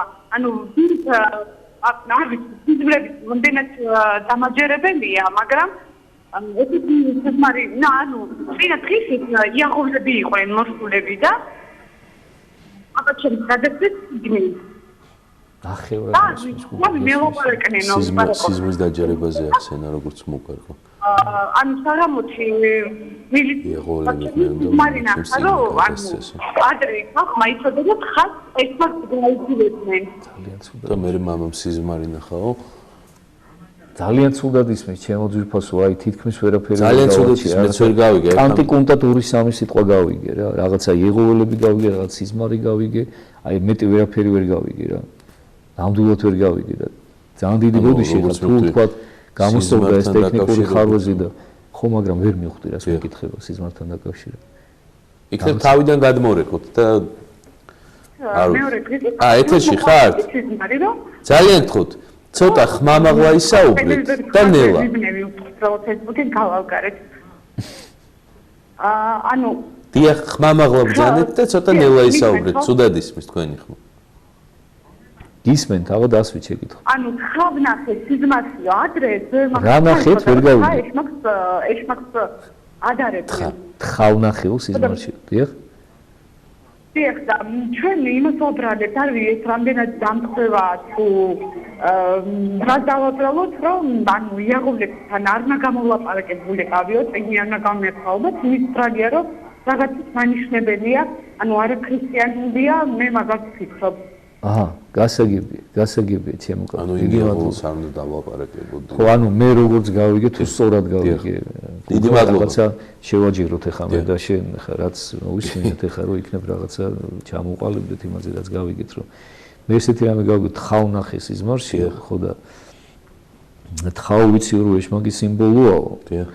ხო და შემდეგო ესე მითხრესო რომ იეღოველებს რომ გამოელაპარაკეო, იმიტომაც ნახეო და ეს მიმანიშნებელი იყო იმისაო, რომ თქვა და იეღოველებს არ უნდა დალაპარაკებოდიო. და თხასაც არ ნახავდი. და მე თხასაც არ ნახავდი. რაღაც ესე გავიგე. მე მგონი ესე დაახლოებით ესე იყო მე მგონი ესე იყო რაღაცა და ჩემო ძვირფასო ეხა თხა ღმერთის მიერ შექმნილი ცხოველია, რომელიც ეშმაკთან რა თქმა უნდა არ უნდა გავაიგივოთ, თუმცა თქვა რაღაცა არის რაღაცა ეს იკონოგრაფიული რაღაცა ესენი რომ რაღაცა თხის სახი, წვერები და რქები და რაღაცა ისე გამოისახება ხოლმე ეშმაკი თხას წმინდა წერილი რაღაცა სიჯიუტის სიმბოლოდ რაღაცა აღიქვამს და აქედან გამომდინარე რა კი უფალი, რა კი ბოროტიც ეშმაკიც სწორედ სიჯიუტის სიმბოლო გახლავთ დაპირისპირების უფალთან, ამიტომ რაღაცნაირად ალეგორიულად არის ხოლმე თხასთან გაიგივებული. შეიძლება თქვენს მიერ ნანახი თხა ჩემო ძვირფასო სულაც არ ნიშნავდა თქვა იმას რაც თქვენ აღიქვით. თუმცა შეიძლება ესეც ვივარაუდოთ რომ თქვა რაღაც ამაში ცუდი არაფერი არ იქნება თუ კი თქვა თქვენ ჩათვლით რომ ეს უფლის ნიშანი იყო თუმცა რაც შეიძლება იეღოველებთან დალაპარაკებას იეღოველები ჩვეულებრივი ადამიანები არიან ჩემო ძვირფასო ისინი ჩვენი დები და ძმები არიან რომლებიც არიან შემცდარნი რომლებიც არიან თქვა რაღაცა სხვადასხვა გარკვეული გარემოებების გამო მოხვედრილნი აი ამ გაურკვეველ სექტაში და დაჯგუფებაში და არ შეიძლება მე აი კატეგორიულად ვეწინააღმდეგები ამ რაღაცა ესეთ დამოკიდებულებას რაღაცა მათ მიმართ აგრესიულ დამოკიდებულებას ეს არაფრით არ შეიძლება იმიტომ რომ ჩვენი დები და ძმები არიან ისინიც ქართველები არიან და ჩვენ თუ შეგვიძლია და თუ გვაქვს იმისი რესურსი შინაგანი ვთქვათ რომ დაველაპარაკოთ და აუხსნათ ამ შემცდარ ადამიანებს რომ ვთქვათ რაში ცდებიან ისინი აუცილებლად უნდა ვესაუბროთ ეს პირიქით არათუ დასაზრახია, არამედ პირიქით კარგია და სიკეთეა და სათნოებაა, როცა შენ ეცდები, რომ თქვა, დაანახო იმ ადამიანს თავისი სიმცდარე და სიმართლე დაუსაბუთო და თუ თქვა, არ გაქვს შენ იმის რესურსი და იმის გეშინია, რომ თქვა, ხა ის რომ დამელაპარაკოს, ხა ჩემი რწმენა არ შეირყესო, მაშინ კი ბატონო, უნდა დაელაპარაკები, მაგრამ არავითარ შემთხვევაში არ შეიძლება რომ გავაიგიოთ ისინი, თქვა, რაღაცა ბოროტებასთან და მასე. კი ბატონო, ერთი ასეთი კითხვა არის კარგი მაყურებელი არის ჯერ მაშინ მაყურებელი შემოვიყვანოთ და შემდგომ Facebook-იდანაც რამდენიმე კითხვა დავსვათ თორე ძალიან უყურადღებოდ დავუშვათ. დაგვრუსეთ მამაო. ერთმა დაგვრუსეთ. მე გაგაძლიეროთ მესმა. ეხლა იაღოველებზე არის ლაპარაკი. და მე ძალიან გულიმწება ჩვენ მართლმადიდებლები ვამბობთ რომ ღმერთთან ნებაყოფილობის უნდა მივიდეთ. ამასობაში ისინი კარდაკარ დადიან და გვართმევენ ადამიანებს და გადაყავთ თავის რჩენაზე. რაღაცა ჩვენც უნდა დავუპირისპიროთ იმას, მაგრამ მე ვერ მოვიფიქრე რა შეიძლება დაიქნება თქვენ დაგვარიგოთ რაღაცა, იმიტომ რომ ისეთი ადამიანები წავიდნენ ამ ბოლო ხანს იმ იმაში, რომ წარმოუდგენელი იყო ჩემთვის მაგალითად როგორ უნდა შემსწარეყვნენ ესენი. მადლობთ. გაიხარეთ. ჩვენ სამწუხაროდ არ გვაძლევს დღევანდელი გადაცემის ფორმატი იმის საშუალებას, რომ იღუველებზე ამ მიმდინარეობაზე ესე ვრცლად ვისაუბროთ, მოკლედ გიპასუხეთ ქალბატონო, რომ რასაც თქვენ ბრძანებთ, გასაგებია, რომ ეხლა ღმერთი მოგვიწოდებს ნებაყოფლობით რომ მივიდეთ მასთან, გასაკვირველია და იეჰოველების, იეჰოვას მოწმეების, თქვათ, მოქმედებები ცოტა ძალადობრივ ხასიათსაც ატარებს, მაგრამ მე მთლად ძალადობასაც ვერ დავაქმნები ამას. რა თქმა უნდა, ისინი ცდილობენ თავზე მოგახვიონ ეს ყველაფერი, მაგრამ საბოლოო ჯამში ისევ შენი გადასაწყვეტია, შენი ნება წყვეტს ამას, თქვათ, შენ მიემხრობი მათ თუ არ მიემხრობი. და რაც შეეხება რა უნდა დაუპირისპიროთ ამას, უნდა დაუპირისპიროთ სწორი სარწმუნოებრივი ცოდნა, ჩემო ძვირფასო. და ჩვენ თუ არ ვცხოვრობთ ეხა ეკლესიურად, თუ კი არა ვართ ეკლესიის განუყოფელი წევრები, თუ კი არ ვიცნობთ ჩვენი ეკლესიის ისტორიას, თუ კი ჩვენ არ ვიცნობთ ჩვენს სარწმუნოებას, ესეთ შემთხვევაში რა თქმა უნდა, იეჰოველი იქნება თუ ნებისმიერი სხვა სექტის წარმომადგენელი ადვილად შეძლებს ჩვენს მონადირებას და გამოსავალი იმაში, რომ ჩვენ უნდა გავძლიერდეთ. რა თქმა უნდა, ეკლესიაც უნდა იყოს ძლიერი, ეკლესიამაც უნდა აკეთოს ყველაფერი, ეს მისიონერული ღვაწლი უნდა გასწიოს, უნდა იქადაგოს და შეძლებს და გვარად ამას ეკლესია აკეთებს კიდევაც თავისი მოძღვრების მიერ, თქვათ, აგერ ჩვენი დღევანდელი გადაცემაც ამას ემსახურება, მთლიანად მთელი საპატრიარქოს ტელევიზია, სასულიერო პირები, ჩვენს სამწყსოში, ჩვენს კათედრებზე, ჩვენს ამბიონზე სწორედ ამას ვქადაგებთ.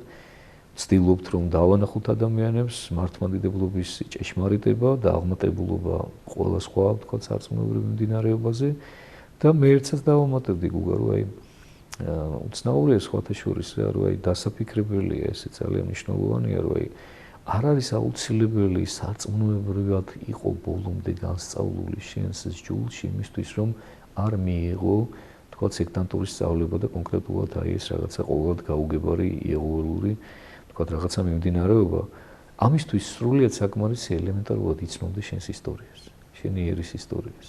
აი ესეთ შემთხვევაში უკვე მე არ მეგულება ერისათვის თავდადებული ადამიანი, რომელიც იცნობს თავისი ერის ისტორიას, რომელმაც იცის თუ რამდენი თავგანწირული ადამიანი ყავს ჩვენს ქვეყანას სარწმუნოებისთვის, ქრისტესთვის, რომელმაც იცის ჯალალედინის შემოსევა, როდესაც 100,000-მა ქართველმა თავი დაასდო ქრისტესთვის, იცის ის უამრავი წმინდანი, რომელმაც ქრისტესთვის თავი დადეს, იცის რომ ქართველი კაცისთვის ჯული და ეროვნება გაიგივებული იყო და ქართველობა გულისხმობდა მართლმადიდებლობას. იცის ეს ყველაფერი, იცის რომ სარწმუნოებამ ეკლესიის სიყვარულმა ეკლესიისადმი, ქრისტესადმი თავდადება მოიყვანა დღემდე ქართველი ერი და ესეთი ადამიანი გახდეს იეჰოველი, მე ვერ წარმოვიდგინე. ამიტომ არა ფქვილში და რამდენიმე ფილოში რაღაცა გაცვალოს თავის სარწმუნოება, ამდენად სამარცხვინოა და ასე ვფიქრობ და ასე რომ აი სულ მინიმუმ დაპირისპირება ალბათ იმაში უნდა გამოიხატოს, რომ ისტორიის ციკლი გადავშალოთ და წავიკითხოთ. რა თქმა უნდა. კი ბატონო, ახლა Facebook-იდან დავსვა რამდენიმე კითხვას. მინდა ვიარო ტაძარში, მაგრამ ფეხები სულ უკან გრჩება, რა ხდება ჩემში, იქნებ გამარკვიოთ. ბრძოლები გაქვს ჩემო ძვირფასო, არ გეთმობა რაღაცა ცოდვები, არ გეთმობა რაღაცა ვნებები და იცი რომ ტაძარში რომ მიხვიდე და ეკლესიური ცხოვრები დაიწყო ცხოვრება, აუცილებლად მოგიწევს რაღაცების დათმობა შენ ცხოვრებაში, მოგიწევს შეცვლა შენი ცხოვრების ამას, ხვდები ინტუიციურად და ამიტომ იმის გამო ზუსტად რომ არ ხარ შინაგანად ამ ყოველფრისთვის მზად, სწორედ ამიტომ ფეხს ითრევ და ვთქვათ რაღაცა გადაზდებ სამომავლოდ, მაგრამ მე მინდა უთხრა ამ ადამიანს, ვინც ეს შეკითხვა დასვა, რომ გახსოვდეს ჩემოკარქო, რომ ჩვენი ცხოვრება ხანმოკლეა, ყოველი დღე შეიძლება უკანასკნელი აღმოჩნდეს ჩვენი ცხოვრებისა და ამიტომ ჩვენ საქმის გადასადებად დრო არ გვაქვს და დროის გასაფლანგად და მოსაკლავად. ამიტომ მაქსიმალურად გამოიყენე ყოველი დღე და ყოველი წუთი იმისთვის, რომ უფალთან ახლოს მივხვდე. და რაც უფრო გადადებს, უფრო გაუჭირდება. რასაკვირველია. მადლობა უფალს, მადლობა საპატრიარქოს ტელევიზიას. შეიძლება თუ არა შაბათს ლოცვის დაწყებამდე ზიარების ლოცვების წაკითხვა? შეიძლება, რა თქმა უნდა შეიძლება.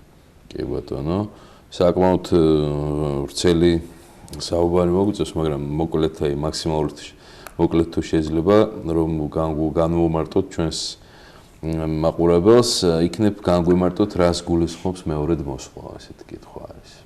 ხო, რა თქმა უნდა, ეს დიდი თემა არის.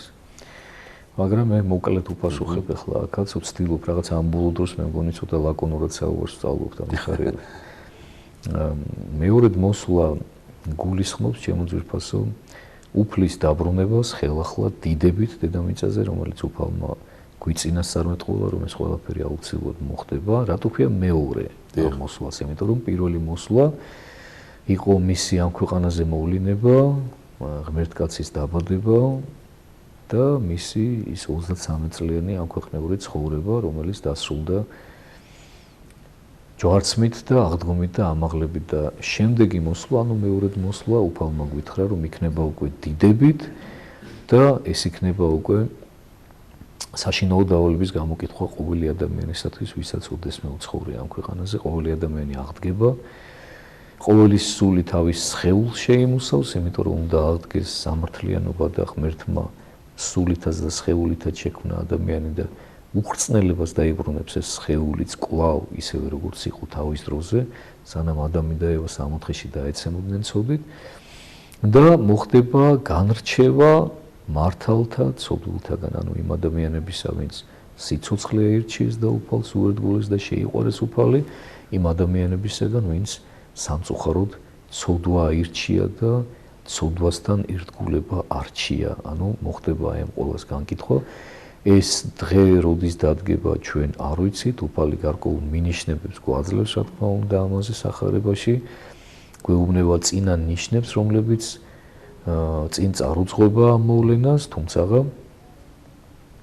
მე მინდა ვუთხრა აი ამ შეკითხვის ავტორს და ყოველ ადამიანს, ვისაც ეს თემა ესე მძაფრად აინტერესებს, რომ ჩემო ძვირფასებო, მე გირჩევთ, რომ ძალიან ნუ გაერთობით ამ თემით და ნუ გადაერთობით მაინც და მაინც ამ საკითხს, იმიტომ რომ გავხსოვდეთ, რომ თითოეული თქვენთაგანისათვის თქვენი პირადი მეორედ მოსვლა დადგება იმ წამს, როდესაც თქვენი სული სხეულს გაეყრება და როდესაც აღმოჩნდებით ღვთის წინაშე, იმ დროს უკვე უდროობაში გადახვალთ თქვენ, მარადისობაში გადახვალთ და თქვენი პირადი სამჟავრო, თქვენი პირადი განჯა მოხდება სწორედ იმ დროს, როდესაც გარდაიცვლებით და განეკითხებით ღვთის წინაშე. ამიტომ მე გირჩევთ, რომ ამაზე გაცილებით მეტი იფიქროთ, თუ როგორია თქვენი ცხოვრების ესი დღეს, როგორ ცდილობთ თქვენ შეცვალოთ თქვენი ცხოვრება სასიკეთოდ, ვიდრე იმაზე, თუ როდის მოხდება მეორედ მოსვლა, იმიტომ რომ აი ამ უნაყოფო ლოდინში შეიძლება მთელი ცხოვრება გაგიფრინდეთ ისე, რომ ვერაფერი სასიკეთო თქვენი სულისთვის სამწუხაროდ ვერ გააკეთოთ. კეთილი, რას გვეტყვით საზვერეების შესახებ, ესეთი კითხვა.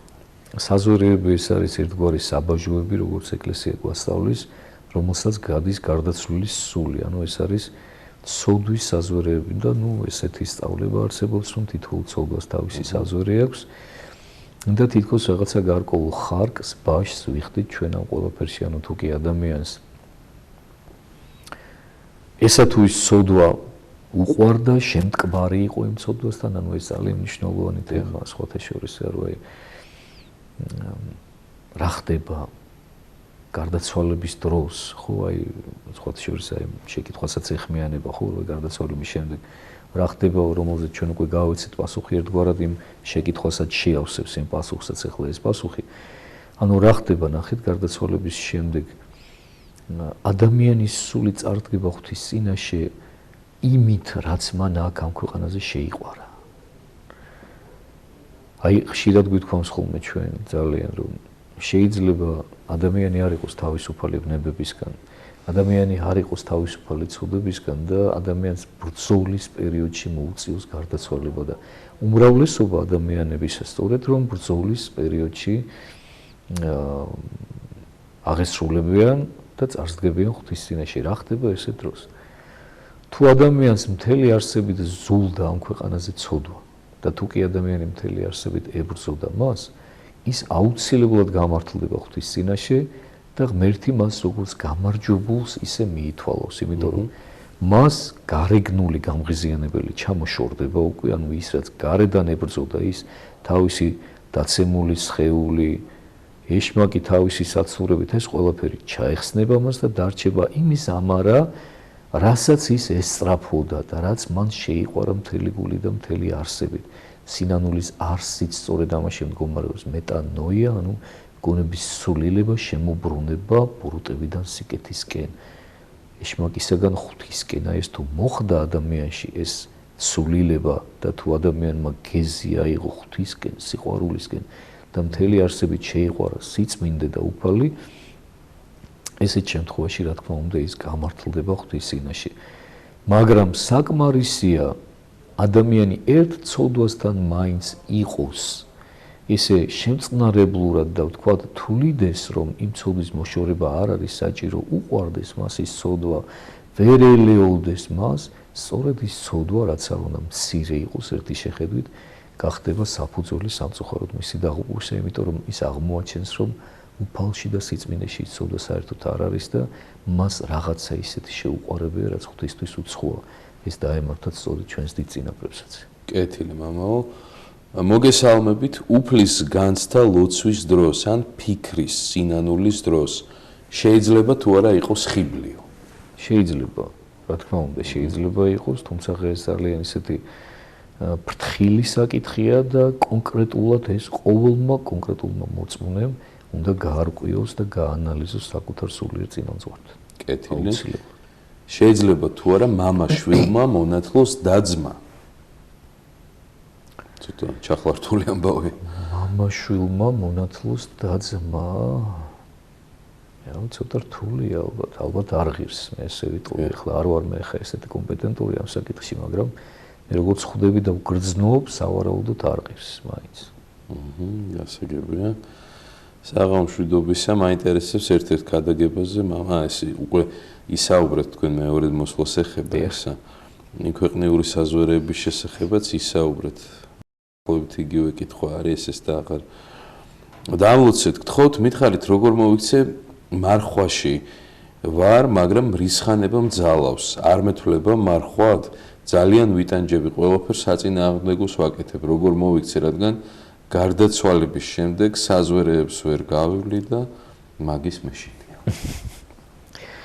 მე მივესალმები თქვენ შიშს, ჩემო ძვირფასო, აუცილებლად უნდა გეშინოდეთ მაგის და ამ შიშმა უნდა გაიძულოთ, რომ თქვენს რისხანებას მოვერიოთ.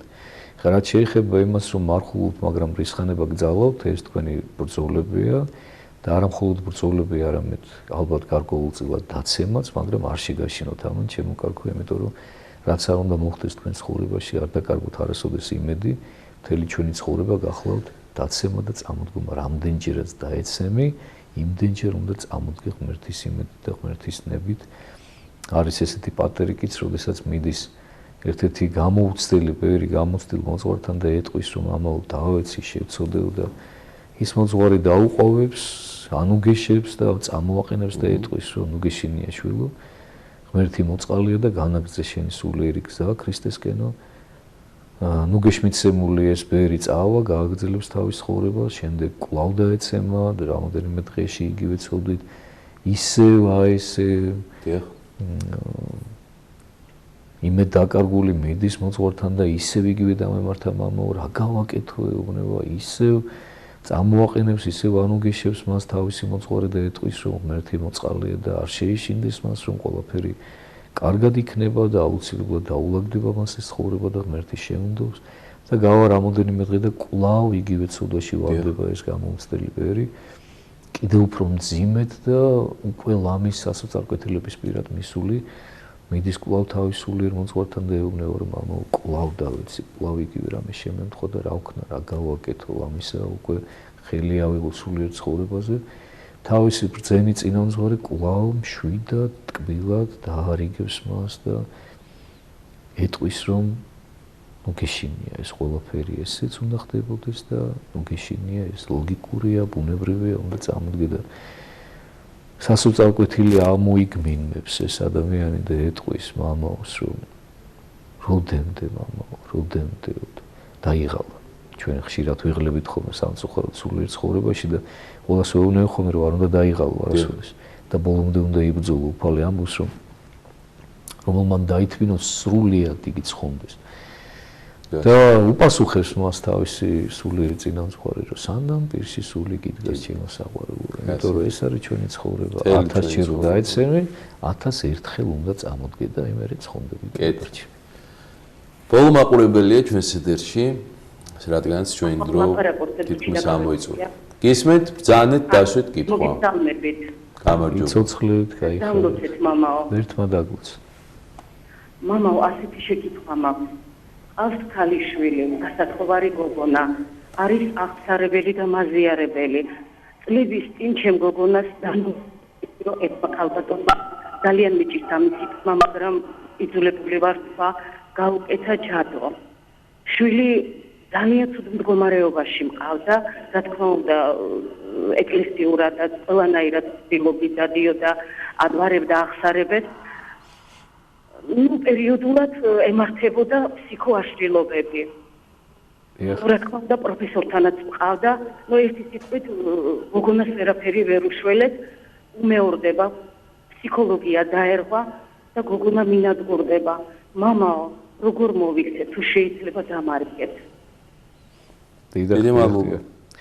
დიდი მადლობა ჩემო კარგო. მსგავსი შეკითხვები და მსგავსი პრობლემები საკმაოდ ხშირად არის ხოლმე. მე ესე გეტყვით რა, რომ მან სხვა გზა და სხვა გამოსავალი არ არსებობს.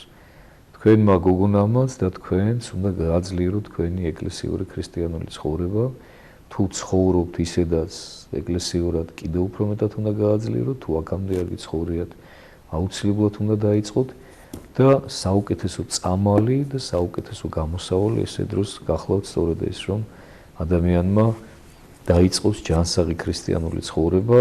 ზოგი ამბობს ხოლმე, რომ აი ეკლესიურად ცხოვრობ ჩემი შვილი, მაგრამ მაინც არ შველის ეს, იმიტომ ხდება ხოლმე, რომ არ არის გულწრფელი ის ამ ცხოვრებაში, აი ამ ეკლესიურ ცხოვრებაში და რაც უფრო გულწრფელი ხარ, რაც უფრო გულწრფელად ნანო ღვთის წინაშე შენ სოდებს, აღიარებ ამას ყველაფერს უფლის წინაშე, მოძღვრის წინაშე და გულწრფელად ეზიარები ეს ზიარებაც რა თქმა უნდა შენთვის მერე საკურნებელი ხდება. პავლე მოციქული ჯერ კიდევ პირველ საუკუნეში მორწმუნეებს მიმართავს და ეუბნება, რომ ძალიან ბევრი დაავადება და პრობლემა თქვენ შორის არის იმის გამო, რომ თქვენ უღირსად ეზიარებით. ამიტომ ძალიან დიდი მნიშვნელობა აქვს თუ როგორ ცხოვრობ ეკლესიურად.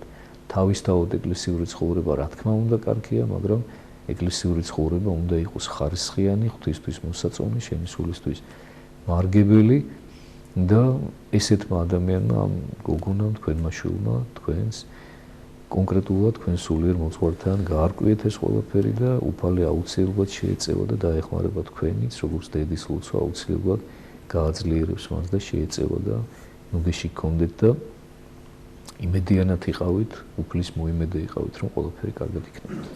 კეთილი, ჩვენი საეთერო დრო ფაქტიურად ამოიწურა, მადლობას მოგახსენეთ მამასაბა ასეთ საინტერესო და საფუძვლიანი საუბრისთვის.